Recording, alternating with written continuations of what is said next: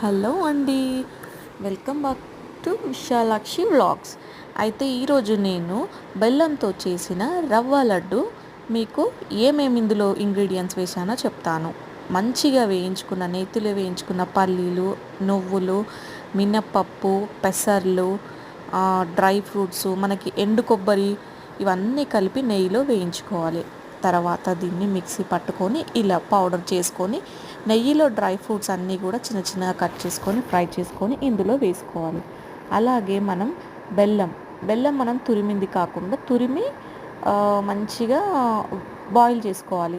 దాన్ని బెల్లం పానకంలాగా చిక్కగా అవుతుంది కదా, ఇందులో వేసేసుకొని లడ్డూలు కట్టేసుకోవాలి. నెయ్యి అద్దుకుంటూ కొంచెం కొంచెం నెయ్యి వేసుకుంటూ. ఎంతో హెల్త్కి మంచిది, ఇంకా న్యూట్రిషియస్ ఫుడ్ కూడా. ఇది ఒక్కసారి ట్రై చేయండి, చాలా బాగుంటుంది. మనకి 4-5